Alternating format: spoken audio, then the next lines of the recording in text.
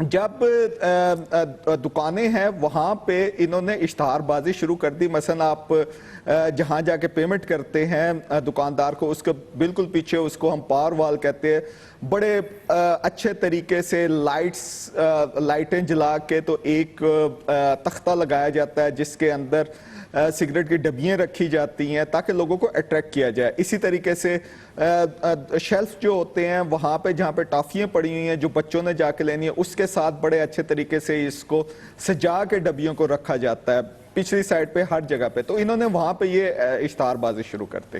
اچھا ندیم صاحب, آپ کو اس بات کا علم ہوگا کہ ملک میں ایک بڑی مضبوط لابی ہے جو تمباکو کے کاروبار سے منسلک ہے, اور آپ نے یہ فرمایا کہ اس میں بین الاقوامی کمپنیاں شامل ہیں, ان کا اثر و رسوخ اقتدار کے اعلیٰ ایوانوں میں بھی ہے. کیا ان سے الجھنا اور آپ کے لیے آسان ہوگا؟ ہمیں بالکل اندازہ ہے کہ بین الاقوامی جو تمباکو صنعت ہے وہ وہاں پہ جا کے انفلوئنس کرے گی, وہ اپنا آرگومنٹ دے گی, اور وہ بہت پاورفل لوگ ہیں. ہمیں بالکل ان تمام چیزوں کا اندازہ ہے, لیکن اس کے ساتھ بھی ہم وہاں پہ گئے ہیں کیونکہ ہمیں اس بات کا بھی اندازہ ہے جو منسٹری آف ہیلتھ ہے اس ٹائم فیڈرل لیول کے اوپر, اس کے incharge minister prime minister Nawaz Sharif خود ہیں, اور ہم یہ دیکھ رہے ہیں کہ انہوں نے پچھلی دفعہ ایک یہ کیا تھا جو اس ٹائم ڈبی ہے اس کے اوپر کینسر پیشنٹ کی ایک تصویر لگی ہوئی ہے. اس کا پچھلے سال حکومت نے یہ کیا کہ اس کا جو سائز اس ٹائم 40% ہے اس کو بڑھا کے 85% کر دیا. اس کے پیچھے ٹوبیکو انڈسٹری بہت بری طریقے سے حکومت کے پیچھے گئی, اور ابھی تک وہ جو ہے وہ پینڈنگ میں پڑا ہوا ہے. ہر مہینے جو ہے حکومت اس کی ایکسٹینشن کر دیتی ہے. سول سوسائٹی اس ٹائم عدالت میں ہے, اور ہم یہ فورس کر رہے ہیں کہ منسٹری آف ہیلتھ یہ جو ایکسٹینشن ہے یہ دینا بند کرے, اور یہ جو تصویری وارننگ ہے اس کو جتنی جلدی ہو سکے. تو ندیم صاحب, یہ جو بل سینٹ کی قائمہ کمیٹی میں پیش کیا گیا ہے, اس کے ذریعے آپ چاہتے کیا ہیں؟ یہ جو ہم بل کی بات کریں, جو امینڈمنٹ ہے 2002 لا میں, یہ بیسیکلی ٹیپس کی ہے. Tobacco advertisement promotion and sponsorship اس کو بین کرتا ہے, اور یہ یہاں پہ جو ہے ہمیں یہ لگ رہا ہے کہ یہاں پہ کافی سارے جو لوگ ہیں وہ کچھ اوفینڈ ہو رہے ہیں, لیکن جو ان کے آرگومنٹس آ رہے ہیں وہ بہت ویک آرگومنٹس آ رہے ہیں. ایک آرگومنٹ یہی ہے کہ جناب یہ تمباکو کی صنعت ہمیں بہت زیادہ ٹیکس دیتی ہے. بھئی ٹیکس دے رہی ہے تو بندے بھی تو مار رہی ہے. دوسرا یہ ہے کہ تمباکو کی جو صنعت ہے, کیونکہ تمباکو ایڈکٹیو ہے, ایک دفعہ آپ شروع کر لیں تو اس کو چھوڑنا کافی مشکل ہوتا ہے, کافی ول پاور چاہیے, اور حکومت ہمیں کوئی سیسیشن کی فیسلٹیز بھی نہیں دے رہی.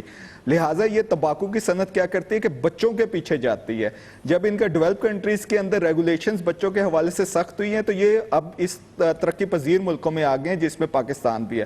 پاکستان میں اس ٹائم جو 50% آبادی ہے وہ 22 سال سے کم عمر کے بچوں کی آبادی ہے, تو لہٰذا دیکھیں یہ بہت بڑی مارکیٹ ہے.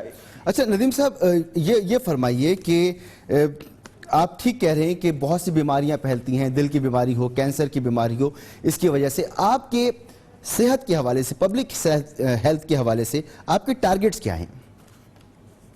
ہمیں دو چیزیں چاہیے, اپنے بچوں کو بچانا ہے. بچوں کو بچانے کے لیے ہمیں چاہیے کہ نہ صرف ہم قانون کے اندر ترمیم کریں بلکہ جو قوانین پہلے بنا چکے ہیں ہم ان کے انفورسمنٹ کی بھی بات کریں. اور یہ جو میں یہ چیز دکھا رہا ہوں آپ کو, یہ دیکھیں ہر 10 میں سے جو 3 سے 4 بچے ہیں وہ دکان کے اوپر جا کے دیکھ رہے ہیں, اور ان کا ایکسپوئر ہے, اور وہ یہ تمباکو کے اشتہارات کو دیکھ رہے ہیں. اور یہ جو سروے ہے یہ کوئی ہمارا سروے نہیں ہے, یہ WHO کا سروے ہے, یہ حکومت پاکستان کا سروے ہے. ان سب نے مل کے یہ سروے کیا ہے, اور یہ ہم اسی کے فگرز دے رہے ہیں آپ کو. ندیم صاحب, آپ کو نظر آ رہا ہوگا کہ یہ بچے کیا کر رہے ہیں. بالکل ٹھیک, مگر آپ یہ بھی جانتے ہیں, آپ نے ذکر بھی کیا کہ ٹیکس دیتی ہے یہ انڈسٹری, بہت سے لوگوں کا روزگار اس سے وابستہ ہے. کیا آپ اس کاروبار کو مکمل طور پہ بند کروانا چاہتی ہیں؟ دیکھیں دو چیزیں ہیں. حکومت کے اپنے سروے یہ کہتے ہیں کہ ہر روز 1200 بچے جو ہے تمباکو کی عادت کی طرف جا رہے ہیں اور وہ سموکنگ کو اڈاپٹ کر رہے ہیں. جب 1200 بچے ہیں, اس کو آپ کیلکولیٹ کریں, آپ کا ہاسپٹل کا بل کتنا بڑھ جائے گا. کیا ہماری فیملیز وہ افورڈ کر سکتی ہیں؟ کیا وہ ہماری فیملیز افورڈ کر سکتی ہیں؟ کیا حکومت جو ہے اسی طریقے سے بیسیکلی ہماری حکومت بھی جو ہے نا ٹوبیکو ٹیکس کی ایڈکشن ہے اس کو ہوئی ہے. یہ جو ٹوبیکو کا ٹیکس لیتے ہیں وہ کیا ویلفیئر کی طرف جاتا ہے, کیا کینسر پیشنٹس کی ٹریٹمنٹ کی طرف جاتا ہے, یہ بھی دیکھتے ہیں. بچوں کو بچانا ہے. دوسری جو ان کا آرگومنٹ ہے جو تمباکو کی انڈسٹری کہتی ہے کہ جی یہ ریٹیلرز کا بزنس خراب ہو جائے گا. ایک تو یہ ہے کہ وہ صرف تمباکو نہیں بیچ رہے, وہ ہر چیز بیچ رہے ہیں. آپ یہ ٹیلی فون کا وہ ٹاپ اپ کروانے جائیں وہاں پہ بھی تمباکو بیچا جا رہا ہے. پیٹرول پمپ جہاں پہ آپ سموکنگ نہیں کر سکتے وہاں پہ بھی آپ کو سگریٹ بکتے ہوئے نظر آتے ہیں. لہٰذا وہ ملٹیپل کر رہے ہیں, ان کے کوئی کاروبار کے اوپر اس کا کوئی اثر نہیں ہوگا. اور ویسے بھی اگر کچھ اثر ہو بھی رہا ہے تو اپنے بچوں کے لیے ہم یہ نہیں کر سکتے کیا ہم اپنی جو نئی نسل ہے اس کو بچانے کے یہ تمام چیز. بہت شکریہ ندیم اقبال صاحب ہمارے ساتھ موجود. اور اب تصویر کے دوسرے رخ پر بات کریں گے. ہمارے ساتھ موجود ہیں سینیٹر نعمان وزیر خٹک صاحب. سینیٹر صاحب بہت شکریہ. آپ اس سینٹ کی قائمہ کمیٹی کے سربراہ ہیں جہاں یہ بل پیش کیا گیا ہے. کیا آپ نہیں چاہتے کہ ملک میں یہ لت جو پھیل رہی ہے تمباکو نوشی کی اور بچے خاص طور پر اس سے متاثر ہو رہے ہیں تو آپ اس کے خلاف بات کریں بجائے اس کی کہ آپ اس کے خلاف ہوں؟ لگتا ہے کہ آپ اس کے حق میں ہیں, ایسا کیوں ہے؟ یہ جو این جی اوز جو ہوتے ہیں یہ بھی ایک کافی تو اچھے این جی اوز ہیں لیکن کافی ایسے این جی اوز ہیں جو ان کا اپنا الٹیریئر موٹیوز ہیں. اب ان این جی اوز میں اس موٹیو سے آ رہا ہے کہ جی وہ کیونکہ انڈیا میں آگے کنونشن ہونے والا ہے اس انٹینشن سے یہ بل فارورڈ کیے جا رہے ہیں تو no we will not let such things happen. ہمارا کے پی کے اسپیشلی یہاں کا ٹوبیکو گروئنگ ایریا ہے اور یہاں ہمارا کوئی 1.1 ملین ورکر ڈپینڈنٹ ہے اس کے اوپر. سو ویل میک شیور کہ جی یہ ٹوبیکو کا گروتھ جو ہے یہاں کے پی کے میں جو ہوتی ہے اس کو کوئی ہمارا کوئی لیبرز پر ان امپلائمنٹ جنریٹ نہ ہو, اس لیے ہم اس کا پروٹیکشن کو بھی دیکھیں گے. اور دنیا میں کوئی ایسا ملک نہیں ہے جہاں آپ یہ کہتے ہیں کہ ٹوبیکو گروئنگ بند ہے یا سگریٹ مینوفیکچرنگ بند ہے یا سگریٹ پینا بند ہے. ٹھیک پلیسز وغیرہ میں پاکستان نے بھی یہ قانون پاس کیا ہوا ہے, اس کو بند کیا ہوا ہے اور وہ ہم اس کو سپورٹ کرتے ہیں ہر جگہ نا. بٹ اننیسسریلی ان امپلائمنٹ ان کے پی کے کرانا یا بے روزگاری کے پی کے میں کرانا اس کے ہم بالکل اگینسٹ ہیں. اور ڈبلیو ایچ او کے اسٹینڈرڈس کا ہم فالو کریں گے, پروسیجرز انٹرنیشنل پروسیجرز کو فالو کریں گے. اور اگر دنیا بھر میں ٹوبیکو بین کیا جاتا ہے تو بے شک be so in Pakistan as well, لیکن جب تک نہیں ہے اس کے مطابق ہم چلیں گے. مگر دنیا بھر میں کوششیں تو ہو رہی ہیں کہ جتنا محدود کیا جا سکے اس لت کا شکار ہونے والے لوگوں کو محدود کر دیا جائے. آپ سمجھتے ہیں کہ ملک میں قوانین موجود ہیں, وہ قوانین کافی ہیں, اور اگر ہیں تو کیا ان پر عمل بھی ہو رہا ہے؟ دیکھیں ڈبلیو ایچ او کا کنونشن یہ کہتا ہے جو پاکستان نے ریٹیفائی بھی کیا ہوا ہے اس کے اندر 50 میٹر اسکول کے 50 میٹرز کی جگہ تک آپ یہ نہیں لگا سکتے, نمبر 1. نمبر 2 جو ہے نا آپ جو انڈر ایج بچوں ان کو سگریٹ نہیں بیچ سکتے. یہ سارا کچھ not with standing what ever limit جو ریسٹرکشنز لاء نے لگائی ہیں اور جو اس کنونشن میں اس کو ہم فالو کرنا چاہتے ہیں. اب اس سے اگر زیادہ کوئی چیز ہوتی ہے جو پاکستان اسپیسیفک ہے اور آپ اس کو روکنا چاہتے ہیں تو وہ چیز ہم نہیں کرنے دیں گے کہ یہ Pakistan can't be excluded from the rest of the world. اس کے مطابق جو سارے دنیا میں ہو رہا ہے ویسے ہم چلیں گے. لیکن yes tobacco is something which is cancerous. اس کے اوپر جو آپ کی سگریٹ کی ڈبی کے اوپر ہے جو اس کی جو تصویر لگی ہے وہ بھی ہونی چاہیے, جیورس ٹو ہیلتھ بھی ہونا چاہیے, یہ سارا کچھ ہونا چاہیے. لیکن آپ نے وہ ٹوبیکو انڈسٹری کو بھی پروٹیکٹ کرنا ہے جو ہمارے بہت بڑا روزگار ہے پاکستان کے اندر اور اسپیشلی کے پی. جی ہم مسلسل بات کر رہے ہیں اور یہ بات سامنے آ رہی ہے کہ ٹوبیکو انڈسٹری سے تعلق رکھنے والا یہ جو لابی ہے وہ بہت مضبوط لابی ہے, اور آپ کی گفتگو سے یہ تاثر مل رہا ہے کہ آپ ان کی وکالت کر رہے ہیں. جو 2 میجر کمپنیز ہیں پاکستان میں ان دونوں کو سینٹ میں آج تک ہم نے بلایا نہیں, ان کا ویو پوائنٹ سنا ہی نہیں. تو ہاؤ کم یہ کوئی کہتا ہے کہ ہم ان کا ویو پوائنٹ بول رہے ہیں. وہ تو ابھی یہ کمیٹی بنی ہے, ان کو بلایا جائے گا, سب جو مینوفیکچرز ان کو بلایا جائے گا, ان کو ویو پوائنٹ بھی سنے گا اور ایک just decision in the interest of Pakistan in the interest of public. اچھا خٹک صاحب, اگر ایسی کوئی صورت بنے کہ ان کمپنیز کو بین کیا جائے یا ان کو محدود کیا جائے, تمباکو نوشی کو محدود کیا جائے, تو یہ کمپنیاں جو ٹیکس دیتی ہیں تو حکومت میں اتنی سخت ہے کہ وہ اس کاروبار پر کسی قسم کی قدغن لگا سکتی ہے؟ دیکھیں یہ ٹوبیکو جو کے پی کے میں ہو رہا ہے آلٹرنیٹ کراپ دیا گیا, پہلے پاپی وغیرہ تھا, اس کے سبسٹیوٹ بھی آیا, کچھ باقی ایسے بھی ہو رہا تھا. لیکن آل سیڈ اینڈ ڈن آپ نے جو کہا ریونیو 136 بلین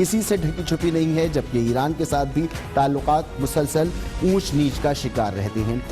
کیا یہ تاثر درست ہے کہ پاکستان خطے میں سفارتی تنہائی کا شکار ہونے جا رہا ہے، اور یہ کہ علاقائی مسائل پر مؤثر کردار ادا کرنے کے لیے کس طرح کی خارجہ حکمت عملی بنانے کی ضرورت ہے؟ بات کریں گے، ہمارے ساتھ موجود ہیں سابق وزیر خارجہ جناب خورشید محمود قصوری صاحب۔ قصوری صاحب، بہت بہت شکریہ کہ آپ نے ہمیں وقت دیا۔ ہم اپنی خارجہ پالیسی کو اگر دیکھیں تو واضح نظر آتا ہے کہ ہمارا زیادہ تر انحصار، بلکہ بہت زیادہ انحصار صرف چین کی دوستی پر ہے۔ دیگر ممالک کے ساتھ ہمارے تعلقات کو بہت اچھے، بہت مثالی نہیں ہے، تو ہماری خارجہ پالیسی کے لیے یہ چیز کتنی نقصان دہ ہے؟ دیکھیے، بات یہ ہے کہ آپ نے بڑی پتے کی بات کی ہے۔ آخر یہ ہو کیوں رہا ہے؟ چین ہمارا ایک پرانا دوست ہے، بہت ہم اس پہ اعتبار کر سکتے ہیں، لیکن اس کا یہ مطلب نہیں ہے کہ ہم ساری دنیا سے باقی اپنے رابطے توڑ دیں۔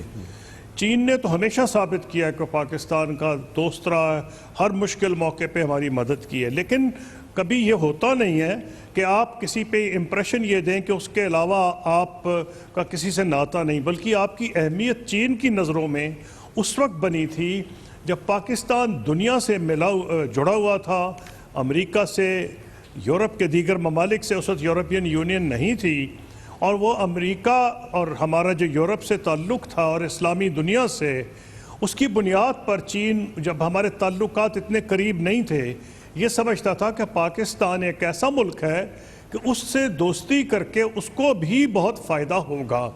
تو ہمیں تو بہرحال ہماری جو خارجہ پالیسی کا ترہ امتیاز رہا ہے ابھی تک، وہ یہ ہے کہ بیک وقت امریکہ اور چین کے ساتھ ہمارے بہت اچھے تعلقات رہے، اور یہی وجہ ہے کہ ہم نے نکسن کے دور میں، اور ادھر پریزیڈنٹ ماؤ زے تونگ تھے، یہاں سے گئے کسنگر، اور ہماری جو فرسٹ ہائی لیول میٹنگ ہوئی بذریعہ کسنگر براستہ پاکستان بٹوین ماؤ زے تونگ، جو چین کے سپریم لیڈر تھے، اور پریزیڈنٹ نکسن، اس میں پاکستان کا کلیدی رول تھا، اور امریکنوں نے اس بات کا اوپنلی ادراک کیا۔ تو اس لیے افسوس کی بات یہ ہے کہ ہم جو ہیں کیوں یہ اس نتیجے پر کارنر میں آ گئے ہیں، ہم پرو ایکٹیو نہیں رہے۔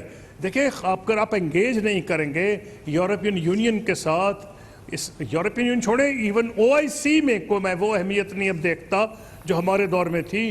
یورپین یونین کے اتنے ممالک ہیں جن کے پاکستان سے بہت قریبی تعلقات ہیں، پاکستان کے اکنامک پارٹنرز رہے ہیں، جرمنی، اپنا نیدرلینڈز، اور برطانیہ تو رہا ہی ہے، اور فرانس اور اٹلی، بہت سے ملک جو ہیں یورپ کے، انہوں نے پاکستان کی بہت مدد کی ہے، بہت اکنامک پارٹنرز ہمارے اچھے رہے ہیں۔ ایسے ہی لگ رہا ہے کہ ہم کو پتہ نہیں نیند میں ہے کیا۔ جی، کیا پاکستان کے پاس ایک تو کل وقتی وزیر خارجہ موجود نہیں ہے؟ شاید یہ بھی اس کی وجہ ہو سکتی ہے، یہ بھی آپ سے میں جاننا چاہوں گا۔ اور دوسری بات یہ کہ بھارت کے اور چین کے جو تعلقات ہیں، ابھی ملاقات کی ہے بھارتی وزیر اعظم نے چین کے وزیر اعظم سے، دونوں بڑی معاشی قوتیں ہیں، ایک حد تک تو چین ہمارے ساتھ جا سکتا ہے، لیکن معاشی قوتیں اتنی بڑی ہیں یہ دونوں، کیا اس کا ہمیں واقعی فائدہ ہوگا کہ بھارت کی طرف سے جتنا بھی دباؤ آئے، کسی بھی معاملے پر آئے، چین سیسا پلائی دیوار کی طرح کھڑا رہے گا، باقی چیزوں کو نظر انداز کر دے گا؟ کیا اس طرح ہوتا ہے خارجہ پالیسی میں؟ دیکھیے، بالکل ایسا نہیں ہوتا، اور چین جتنا بھی اچھا دوست اور بہت اچھا دوست ہے، اس میں کوئی شک نہیں۔ اس کا یہ مطلب نہیں کہ ہم بے دست و پا کو ہم نے خدا نہ خواستہ چین کے آگے ہاتھ تو نہیں پھیلا دینے، ہمیں یہ پرو ایکٹیو ہونا چاہیے۔ اور آپ نے یہ کہا کہ جی چین کی اور بھارت کے جو تعلقات کا ذکر کیا، ان کے درمیان ٹریڈ کا ذکر کیا، پچھلے کوئی 1.5 سال قبل جب فگرز تھیں تو 70 بلین ڈالرز کراس کر کے اب 80-90 بلین ڈالر کے قریب ان کا ٹریڈ ہے، اور 100 بلین ان کا ٹارگٹ تھا۔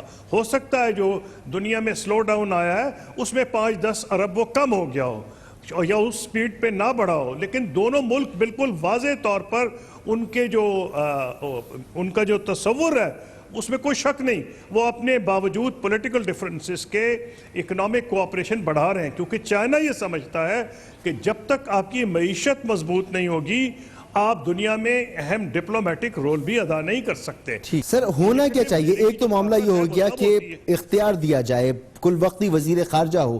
اس کے علاوہ دیگر ممالک کو انگیج کرنے کے لیے فوری طور پر کیا ہونا چاہیے کہ ہمارا صرف ایک طرف جو انحصار ہمیں نظر آ رہا ہے کہیں اور بھی ہم دیکھ رہے ہوں، ہمارے اور بھی دوست ہوں،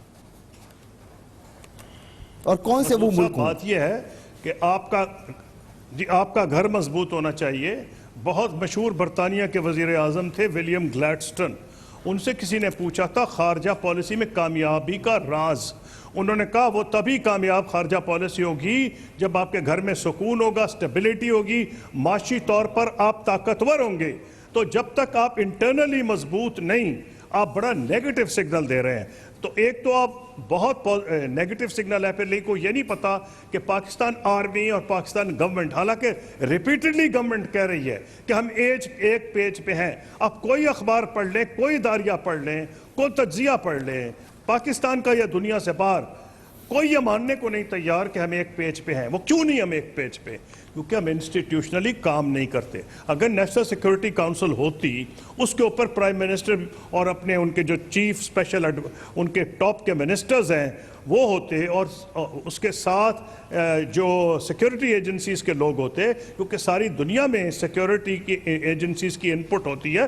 پالیسی پرائم منسٹر ہی بنائیں گے، پالیسی کیبنٹ بنائے گی، لیکن انپٹ تو ہونی چاہیے نا. جب تک آپ کی کسی انسٹیٹیوشنل فریم ورک میں نہیں رہیں گے تو آپ فارن پالیسی صحیح طریقے سے نہیں بنا سکتے، کیونکہ اس کو تمام سٹیک ہولڈرز کی بیکنگ ہونی چاہیے. اور آج یہ کوئی سیکرٹ نہیں ہے کہ یہ لوگ ایک پیج پہ نہیں ہیں. بہت بہت شکریہ خورشید محمود قصوری صاحب، سابق وزیر خارجہ ہمارے ساتھ موجود. پاکستان کو صرف ایک بھرپور وزیر خارجہ کی ضرورت ہے یا پاکستان کو اپنی خارجہ پالیسی بھی ساتھ ساتھ ری وزٹ کرنی ہے؟ اس بارے میں سوچنا شاید وقت کی بہت اہم ضرورت ہے. بریک لیں گے، بریک کے بعد پروگرام کا سلسلہ جاری رہے گا.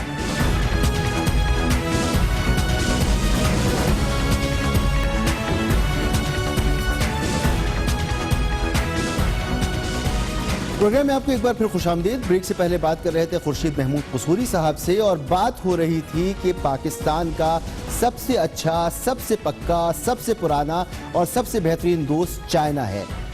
اس کے علاوہ اگر کہیں اور دیکھا جائے تو ہمیں کوئی قابل ذکر دوستی، کوئی بھرپور دوستی ہمیں نظر نہیں آتی. ہمارا انحصار صرف اور صرف چائنا پر ہے. انڈیا اور چین کی قربتیں بھی بڑھ رہی ہیں. گو کہ چین ہمارا بہت اچھا قابل بھروسہ دوست ہے، لیکن پھر بھی سفارت کاری کے کچھ نہ کچھ اصول ہوا کرتے ہیں، کچھ ضابطے ہوا کرتے ہیں. خاص طور پہ معیشت بہت بڑا فیکٹر ہوتی ہے، اسٹریٹجک معاملات ہوتے ہیں. تو چین بھی ہماری دوستی میں ایک حد تک جا سکتا ہے. ہمیں دنیا میں اور دوستوں کی بھی ضرورت ہے جو ہمیں اس وقت نظر نہیں آ رہے. اسی پر بات کریں گے. ہمارے ساتھ موجود ہیں جاوید اشرف قاضی صاحب، سابق سربراہ ہیں ISI کے. بہت بہت شکریہ قاضی صاحب آپ کا. جنرل صاحب، ابھی ہم محمود قصوری صاحب سے بات کر رہے تھے، خورشید قصوری صاحب سے بات کر رہے تھے. ان کا فرمانا یہ تھا کہ ہمارے پاس کل وقتی وزیر خارجہ نہیں ہے اور ہمیں ایک مرتبہ پھر اپنی خارجہ پالیسی کو ری وزٹ کرنا ہوگا، کیونکہ صرف ایک دوست پر انحصار کرنا کہیں کی عقل مندی یا دانش مندی نہیں ہے. آپ کا اس پہ ٹیک لینا چاہوں گا، آپ کیا کہتی ہیں؟ جی، قصوری صاحب صحیح کہہ رہے ہیں. وزیر خارجہ کا نہ ہونا ایک بہت بڑا کنسٹرینٹ ہے، کیونکہ وزیر اعظم صاحب خود یہ تمام کام نہیں کر سکتے، وہ ملکوں کے دورے نہیں کر سکتے. ان کے بطور وزیر اعظم بھی یہاں پہ بہت سے کام ہیں. تو اس لیے ایک کل وقتی وزیر خارجہ کا ہونا بہت ضروری ہے، کیونکہ اگر آپ دیکھیں جو حالات ہمارے ارد گرد ہوتے جا رہے ہیں، ہم کافی حد تک آئسولیٹ ہو گئے ہیں. جو قربتیں بڑھ گئی ہیں افغانستان اور انڈیا کی، اور جس طرح سے امریکہ نے نظریں پھیر کے اب انڈیا کے ساتھ جو ہے وہ معاہدے کر رہے ہیں، تو ہمیں جو ہے وہ دوستوں کی اشد ضرورت ہے. اس میں چائنا تو ہمارا ایک بہت قدیمی اور بہت مضبوط دوست ہے. اس کے علاوہ کچھ دوستی ہماری ترکی وغیرہ کے ساتھ ہے. لیکن آپ دیکھیں کہ مودی کس طرح سے منور کر رہا ہے. جتنے ہمارے دوست ہیں وہ ان سب کے دورے کر رہا ہے.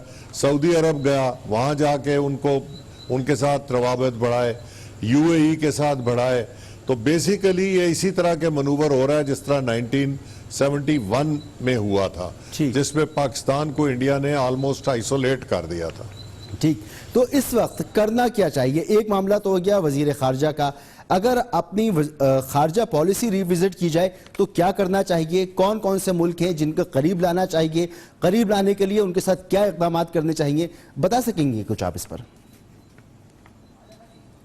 جی ایک تو آف کورس چائنا کے ساتھ جو ہمارا سی پیک ہو رہا ہے وہ ایک بہت بڑا سٹیپ ہے جس کے ساتھ ہمارے جو روابط ہیں یہ اسٹریٹجک لائنز کے اوپر اور آلموسٹ پرمننٹ لائنز کے اوپر آباد ہو جائیں گے. ہمارے راستے چائنا کے ساتھ کھل جائیں گے جس سے کسی وقت بھی ملٹری ایڈ بھی ہماری آ سکتی ہے زمینی راستے سے بھی.